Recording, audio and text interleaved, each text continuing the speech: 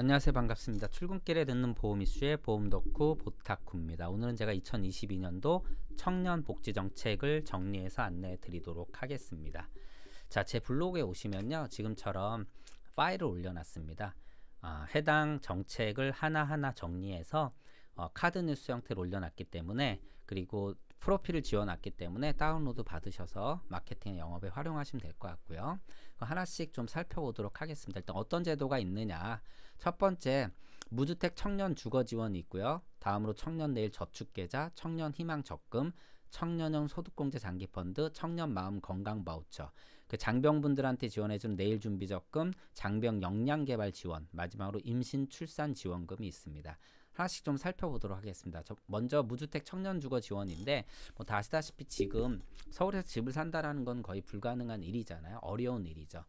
뭐 약 40년 전에는 2년 한 푼도 안 쓰고 모으면 서울에 아파트 한 채를 살 수 있었는데, 제가 작년에 조사해 본 결과로는 서울에서 평균 소득을 한 푼도 안 쓰고 모으면 36년 정도 걸리고요. 우리가 보통 30% 저축을 하는 기준으로 계산해 보면 118년이 걸리더라고요. 서울의 아파트를 살려면요. 그 당시에 실거래가가 11억 9천 정도 나왔었거든요.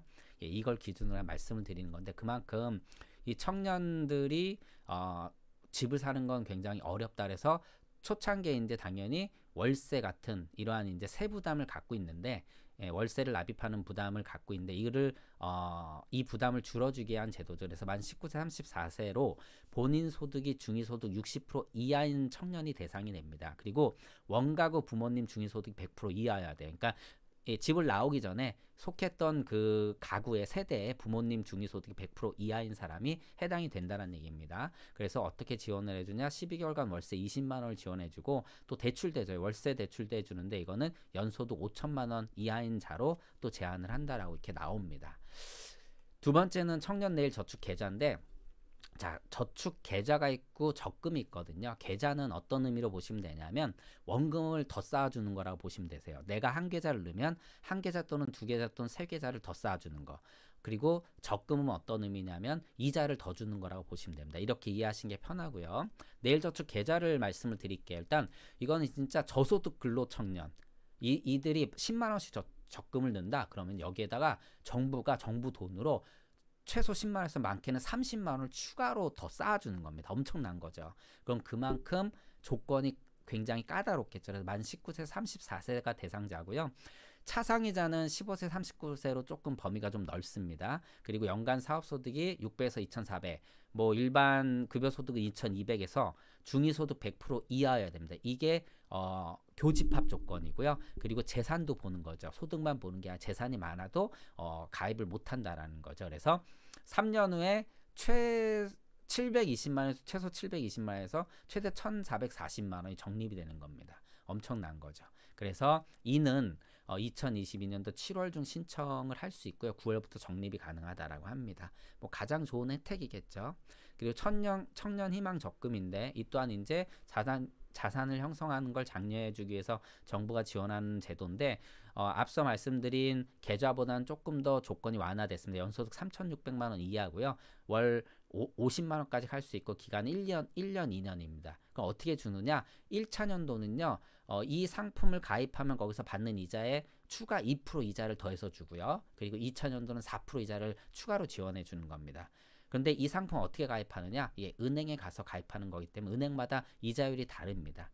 예, 그래서 그 이자율에 추가 2%, 추가 4%를 지원해 주는 거고, 은행별로 이자율이 상이한데 제가 오늘 들어가서 보니까 최고 4.6%까지 주고 있습니다. 그리고 청년형 소득공제 장기펀드입니다. 자, 뭐 말 그대로 펀드에 넣으면, 장기적으로 펀드에 넣으면 소득공제 해주겠다는 얘기입니다. 뭐 간단하죠. 근데 소득공제랑 세액공제 쪽 차이점이 있다는 건 다 아실 거고요. 소득공제는 기본소득에서 어떻게 보면 과세표준을 결정할 때 그 과세표준을 낮추는 효과를 주는 거고요. 그리고 세액공제는 결정세액을 만들 때 결국은 거기서 세액을 또 빼주는 겁니다. 완전히 다르죠. 이거의 가장 큰 차이점은 뭐냐면, 기본적으로 소득공제는 내가 몇 프로 이제 재산세를 내느냐, 소득세를 내느냐에 따라서 그 세율에 따라서 소득공제 받는 금액이 혜택이 달라진다는 겁니다. 근데 세액공제는 세액공제도 사실 구분은 있습니다. 뭐 다 아시다시피 소득이 아주 많으면 세액공제를 좀 덜 해주는 건 있지만 그런 게 사실 없는 거죠. 이거는 다시 말씀드리면은 내가 몇 프로 그 소득세를 내느냐랑 상관없이 그 환급을 받는 금액이 결정된다라는 얘기죠. 그게 차이점이고, 일단 펀드를 납입한다. 어떻게 연소득 5천만 원 이하인 자가 최소 3년 이상 펀드를 가입하게 되면 납입 금액의 600만 원 한도로 40% 소득공제를 해준다라고 합니다. 그럼 600을 다 채웠다고 치면은 40%가 240만 원이고요. 내가 15% 소득세를 내는 사람이다라고 하면 연말에 36만 원을 환급받을 수 있는 겁니다. 그리고 이 장기 펀드는요, 청년 희망 적금과 동시에 가입할 수 있습니다. 자격 조건이 된다라면. 다만 이제 펀드다 보니까 투자 손실이 있을 수도 있다라는 부분은 감안을 해야 되겠죠. 그리고 청년망 건강 바우처입니다. 뭐 청년들 뭐 우리 아주 뭐 가장 대표적인 게 3% 세대, 4% 세대, 뭐 5% 세대 하면서 포기 세대로 일컬어지면서 정말 뭐 좋은 대학 나와도 취업을 못하고 집사하기 어렵고 뭐 이런, 또 어떻게 보면 최근에 이제 코로나 팬데믹 사태를 통해서 많은 어려움이 있어서 이를 통해서 상처를 많이 받고 있는데, 이를 치유하기 위한 그런 상담을 지원해주는 제도입니다. 지원 대상은 소득에 관계없이 19세 34세의 대상자들이 되면 청년들한테 그 지원을 해주는 거고요. 내가 10%만 내면 받을 수 있어요. 그래서 3개월간 20만 원까지 지원을 해주고요. 주 1회 정도로 그 받게 되면 그 부분을 여기서 이제 지원해 줍니다. 그리고 이게 과거에는 제가 알기로는 600명 정도였던 걸로 기억하는 1만 5천 명까지 엄청나게 늘어난 것을 확인할 수가 있고요. 그다음에 장병 내일 준비 적금, 뭐 전역할 때 좀 더 많은 그 사회를 준비하는 자금을 갖고 나와라, 뭐 이런 얘기인데, 결국 한 5% 정도 수준의 고금리 자유 적립식 적금을 가입할 수 있는 그 조건을 이제 자격을 부여하는 겁니다. 뭐 지원 대상은 여기 많이 써 있는데 개인별 최대 40만 원까지 가입할 수 있고 은행별로 1인 1계좌만 틀 수 있습니다. 그런데 이게 왜 중요하냐? 은행별로 금액을 20만 원까지밖에 늘 수 없다라는 것이죠. 그러면 20만 원 풀로 채운다면 최소 2개 은행에 넣어야 된다는 그런 얘기입니다. 은행을 쪼갤 수도 있겠죠. 이 또한 은행별로 주는 그 이자율이 상이한데 최고 5.2%까지 지금 주는데, 자 어떻게 되느냐? 매달 40만 원을 풀로 넣었다. 그러면 실제 원금에다가 원금에 이자액을 주겠죠. 그리고 정부에서 또 지원하는 금액을 또 받을 수가 있습니다. 그래서 거의 1,000만 원 가량을 받을 수 있어요. 이거는 예상 금액이겠습니다. 당연히 은행별로 이자율이 상이하니까, 즉 원금에 은행에서 주는 이자에 정부에서 또 지원해주는 이자를 같이 받을 수 있는 그러한 좋은 저축 상품이다라고 알고 계시면 될 것 같고요. 그리고 군장병 역량개발 지원, 뭐 군에 있을 때 얘가 공부도 하고 자 시험도 또 응시하고 책도 많이 보고 또 강좌 같은 걸 수강하게 되면 그런 걸 지원해 주겠다. 자기개발 비용을 지원해 주겠다는 얘기고요.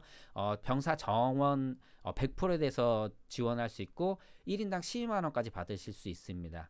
그리고 학점 같은 거 취득하기 위해서 원격 강좌를 수강하는 경우도 80%까지 그 수강료를 지원해 줍니다. 근데 이게 참여 대학교를 보니까 173개로 되어 있네요. 작년보다 좀 늘었는데 모든 학교가 대상자가 되는 건 아니다라는 부분, 요거 참고하실 필요가 있고요.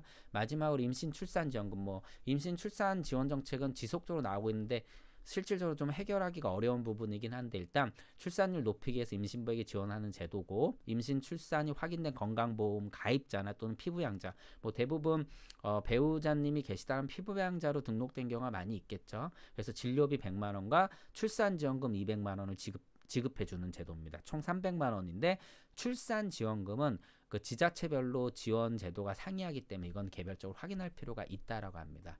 자, 오늘 2022년도 청년복지 정책에 대해서 이렇게 정리를 해놨는데요. 앞서 말씀드린 것처럼 자료 올려놨으니까 다운로드 받아서 쓰시고요. 오늘도 좋은 하루 되시기 바랍니다. 보험 덕후 보타코였습니다. 고맙습니다.